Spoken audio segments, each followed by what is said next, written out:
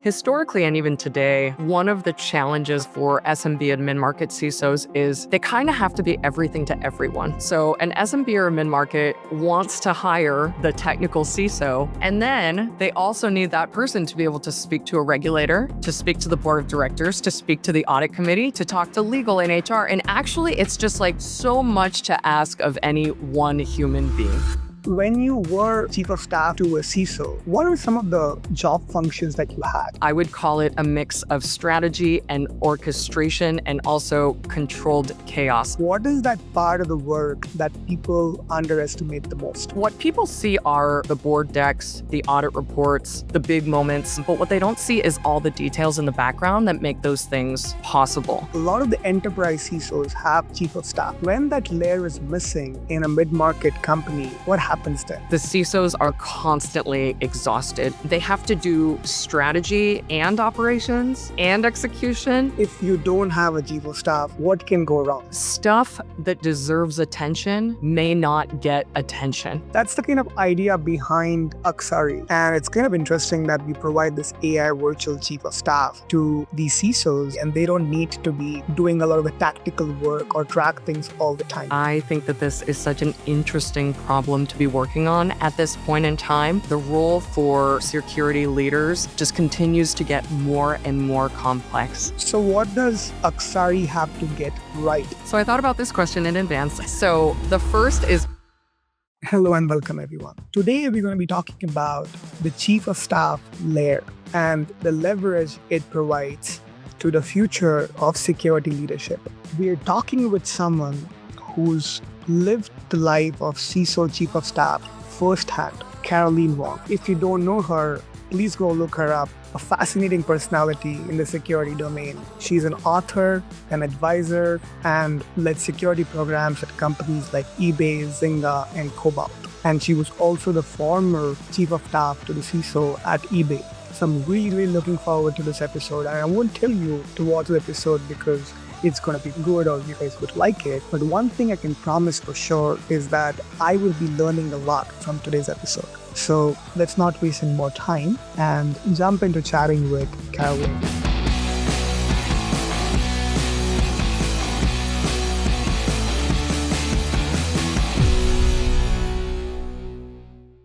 Hey, Caroline, I'm really looking forward to this. Thank you so much for doing this. my absolute pleasure.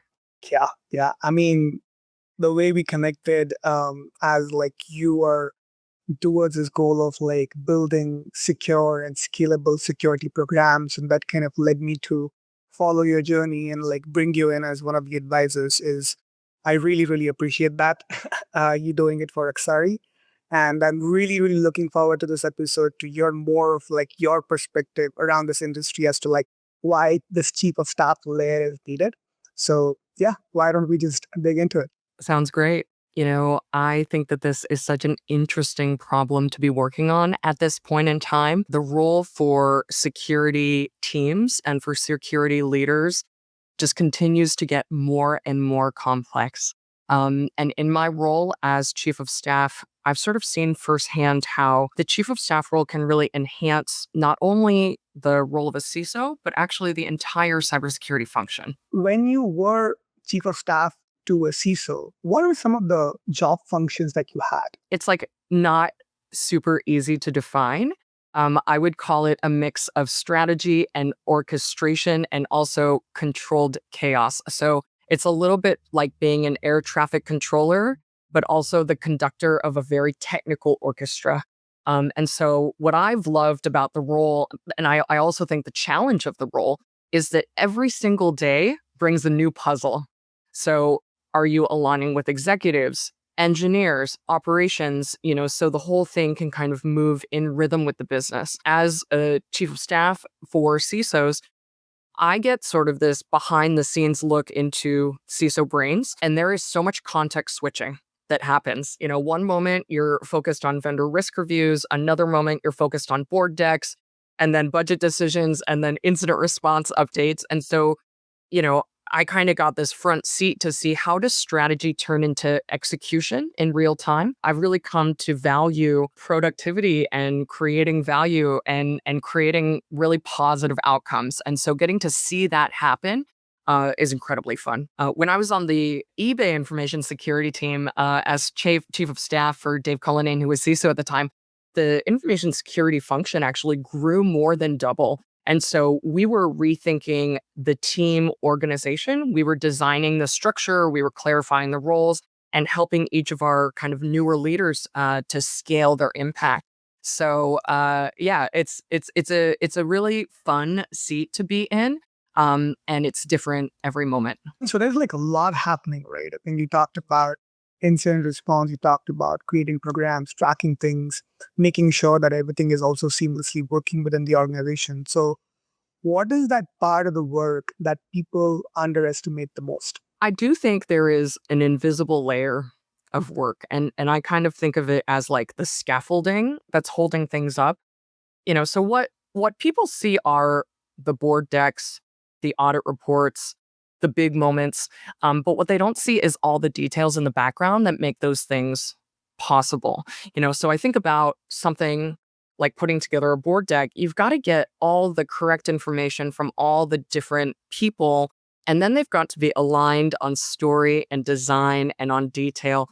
And so every slide deck chart, every word, every pixel in an audit committee deck or in a 3-year cybersecurity plan, you know, what's going into that is a dozen behind the scenes conversations. And so that type of a work, it requires not only massive productivity, but a level of I would actually say emotional intelligence because you're developing trust with each of these folks. You are the one representing their thoughts and their ideas, and you're translating technical depths into executive language. So that's really fun, but also takes a lot of time. And I would call it invisible work. Most of the times I have personally seen, I've talked to like more than 50 CISOs in the last 2, 3 months, right? And I've seen that like a lot of the enterprise CISOs have chief of staff, or only they can afford chief of staff. But when that layer is missing in a mid-market company or like an SMB, what does that mean? What happens there? I've had the opportunity to experience cybersecurity both at a mature enterprise level as well as kind of a teeny tiny SMB to mid market. And what I've seen happens kind of at that SMB lower market is leaders are often forced to shift into reactive mode. The CISOs are the ones doing the firefighting. They are constantly exhausted.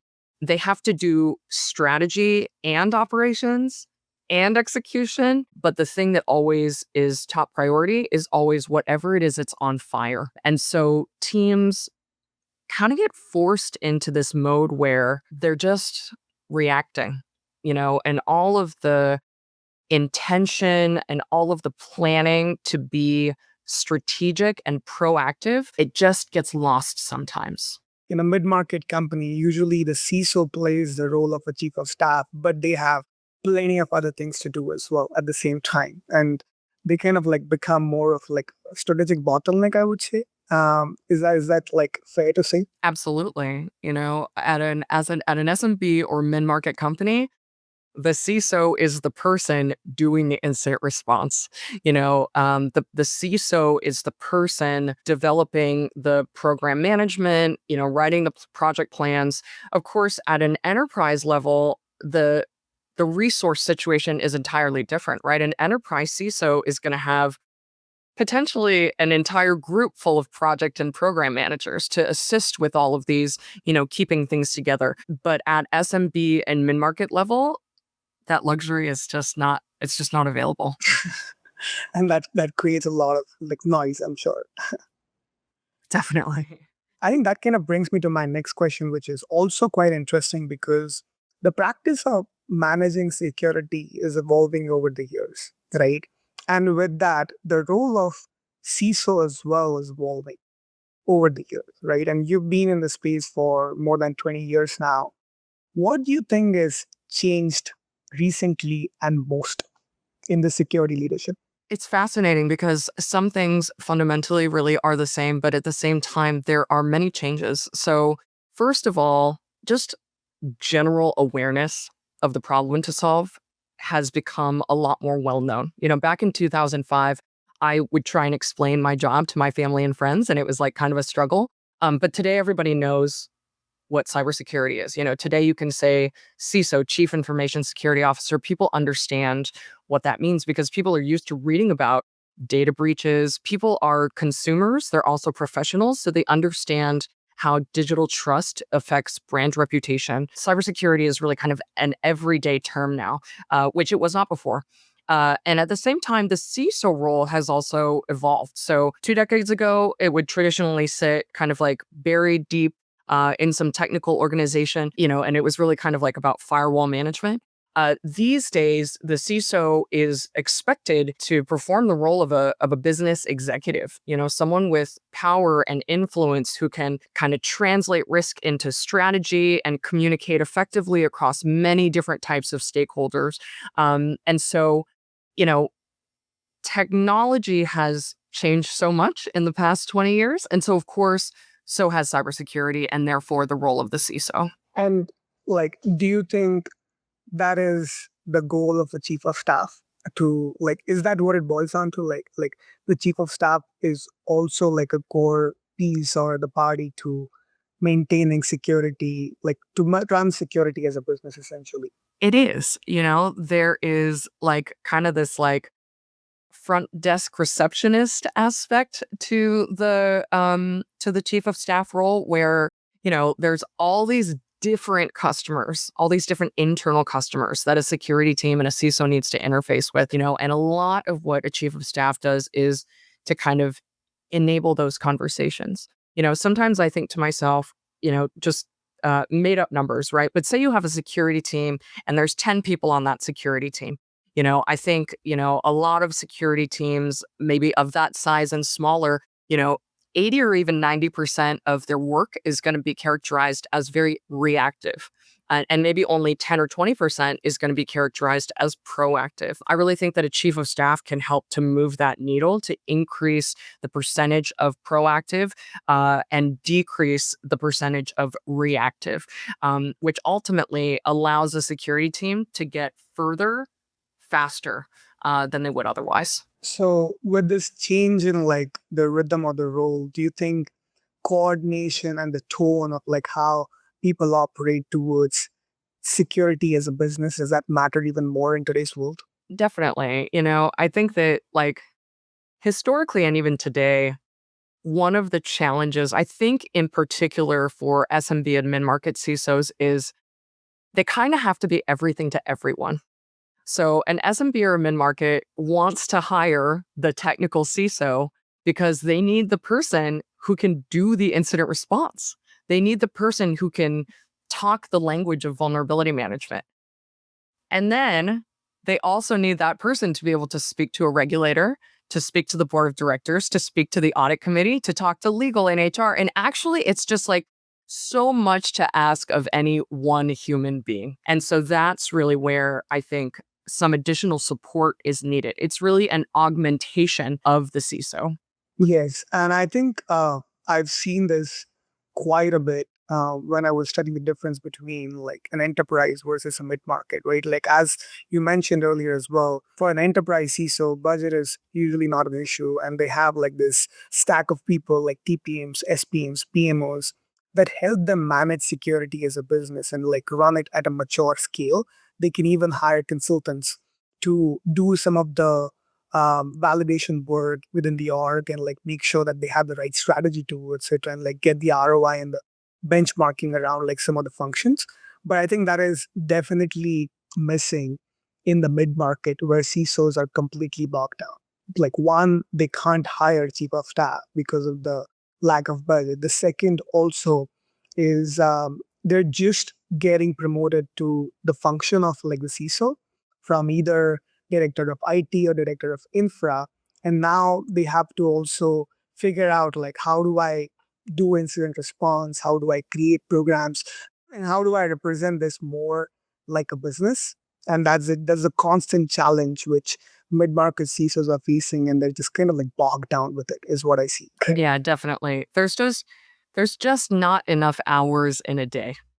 And, I think one of the things we haven't actually touched on yet is at any given time, an SMB or mid-market CISO is going to have a relatively small, relatively lean team. But on any given day, one of their team members might be out sick.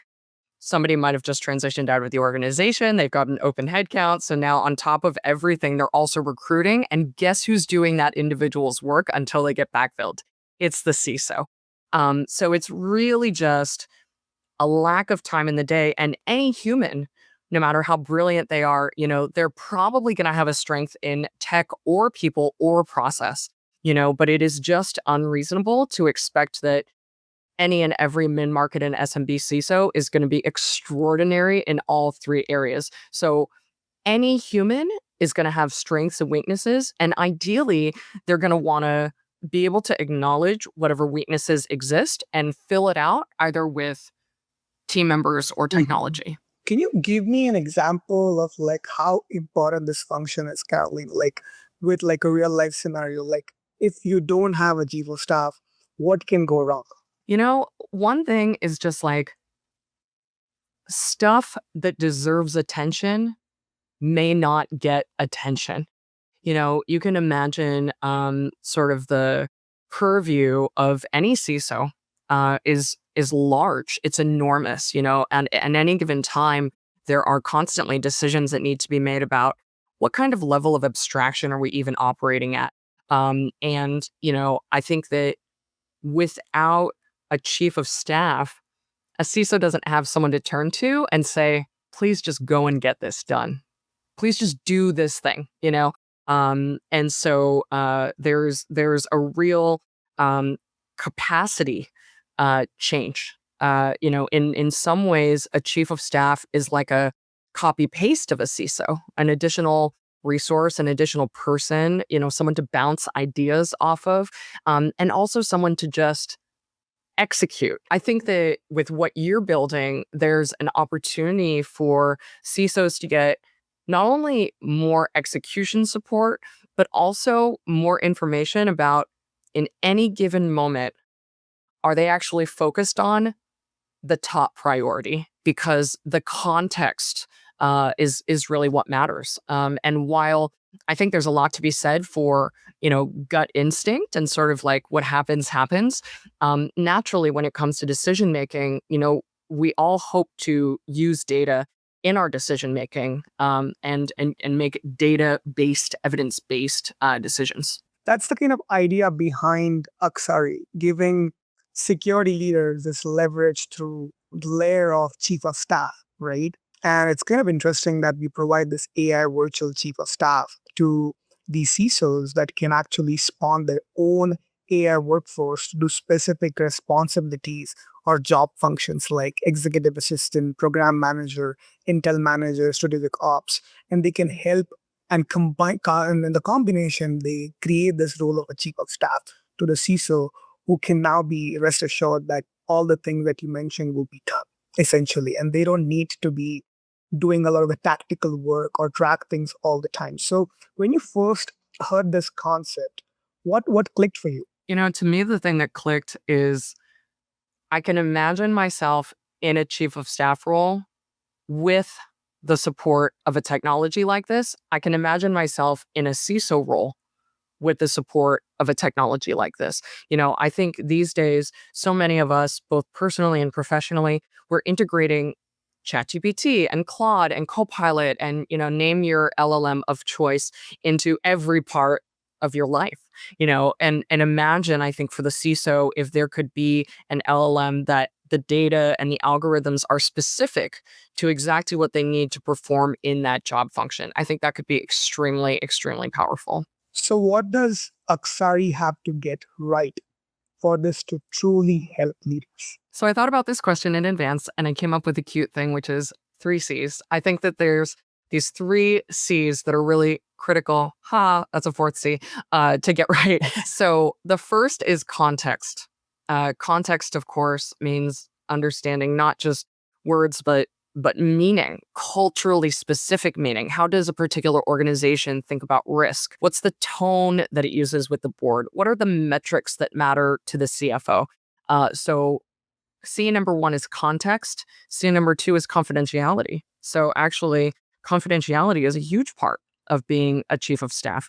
Um, there must be a built-in respect for both privilege as well as compliance boundaries. This kind of a model can't just take in data willy-nilly. It needs to enforce governance. It needs to do all the important security things, right? Role-based access, auditability, data provenance.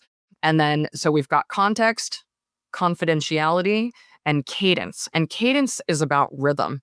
There's so much about leading a team in a function that's just like, what is the pace of leadership? What is the timing of the updates? Who's going to run the weekly meetings? Who's going to capture the action items from the weekly meetings and get those followed up and make sure they actually get done?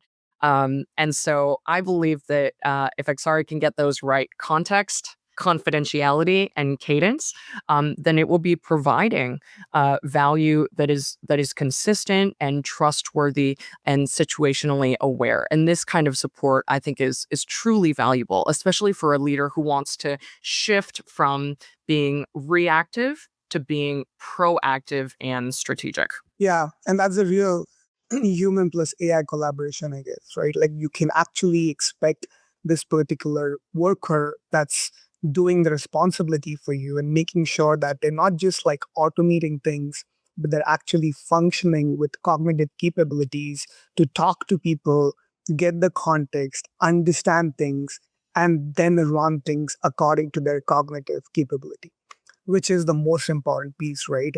If you just have an automation, it will just do the task for you. But then the role of like this particular person, whether it is a PM or an Intel manager, you need to understand things end to end. I think that's where the human plus AI collaboration like really, really works. But Definitely.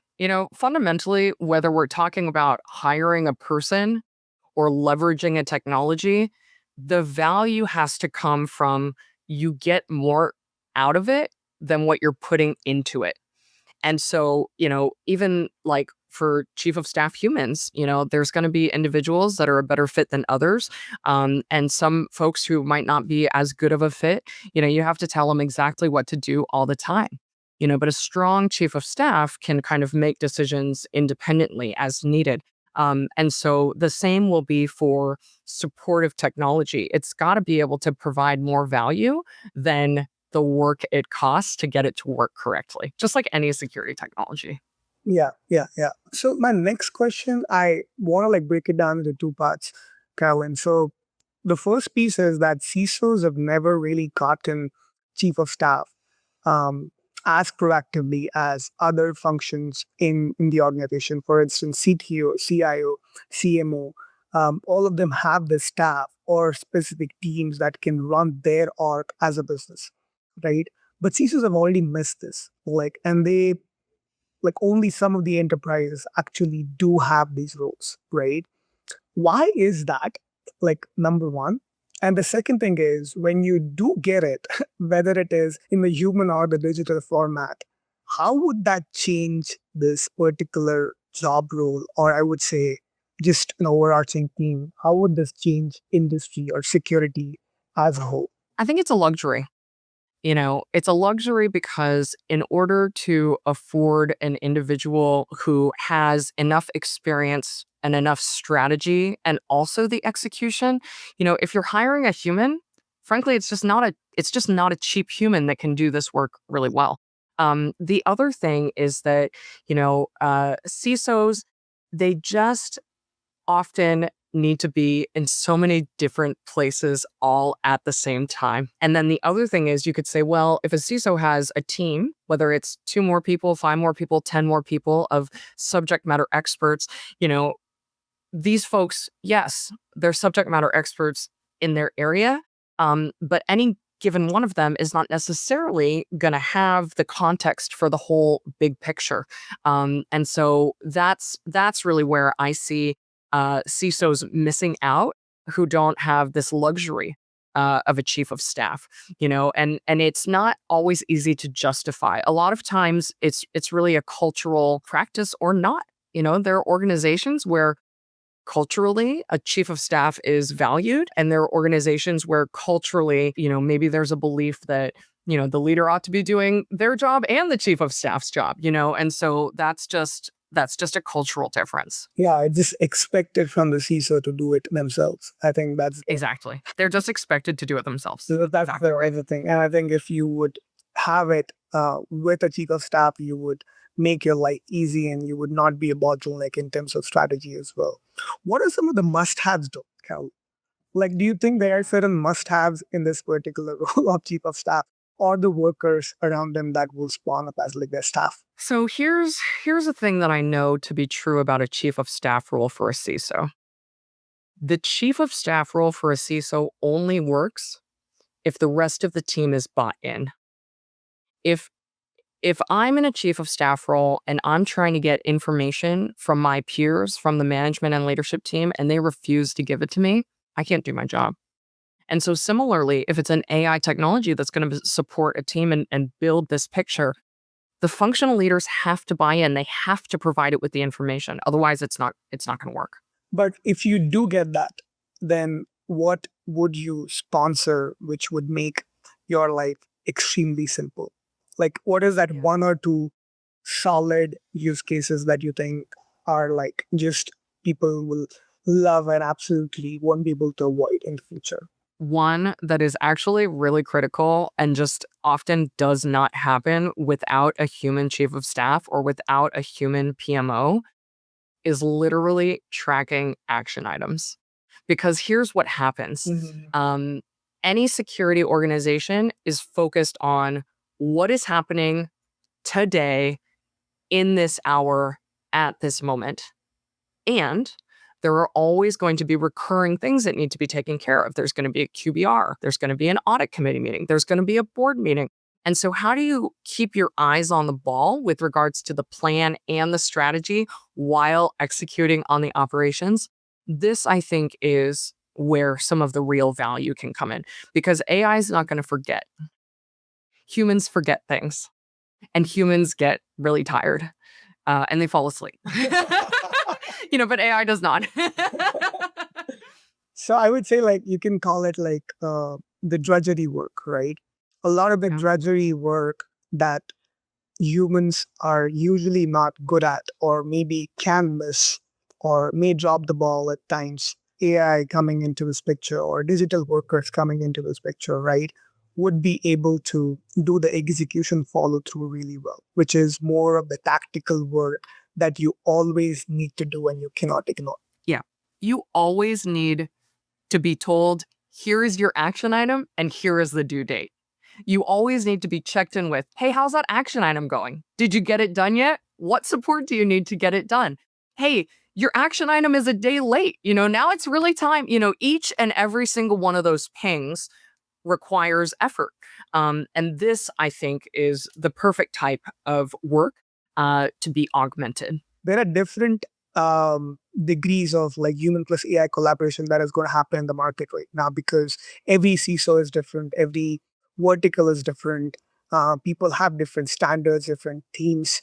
So, based on that, what do you think will be various types of models of providing chief of staff or this collaboration with the CISO in place? I think the most obvious is kind of an option A, option B, where option A is CISO plus human chief of staff. Option B is CISO plus AI chief of staff.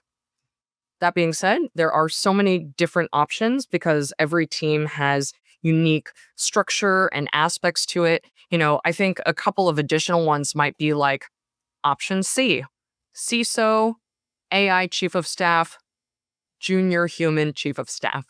Another thing that we see a lot in the industry is like a first time CISO or kind of a more junior CISO. So kind of it's not exactly correct to use the term entry level CISO, but maybe it's like a foundational CISO plus AI chief of staff. And so I think there's a real opportunity to kind of mix and match depending on the very specific humans that are on the team and what is going to be most helpful to them. There are different degrees of chief of staff that you may need also, right? For instance, you don't need the full chief of staff. You may just need someone who's doing the admin work as an EA, or you may need the PM worker who's just doing the execution follow through, or you may need some strategic help with strategic ops, or you may need an intel manager to get the requirements from red lines, contracts, threats, and risks to give to the PMO, right? So you can break the role of a chief of staff into different AI workers, and that's what Axari is really doing, right? Like we kind of like understanding where and how you would need this particular role, and how can you be better with what you don't have or what you need at the moment. Yeah, I think it's so exciting. I know many CISOs who think about their work like playing a chess game. And every CISO wants to be 5 steps ahead, right, in the chess game in their own mind. They want to have evaluated, 2, 3, 5, 10 different options. And I really think that having these kind of like functionally domain specific AI workers can actually just enable a CISO or a security team to come up with those different scenarios and really do that at scale. Awesome, awesome. I think that was gold, Carolyn. I think really love the inputs that you had, and it makes a lot of difference, especially coming from you because you've actually played the role of chief of staff to many seasons, and you now like are open to the concept of like an AI and human collaboration to do some of the tragedy work, which is a must have in today's world because the industry is kind of like moving towards more of the business norms or security also needs to be managed like a business.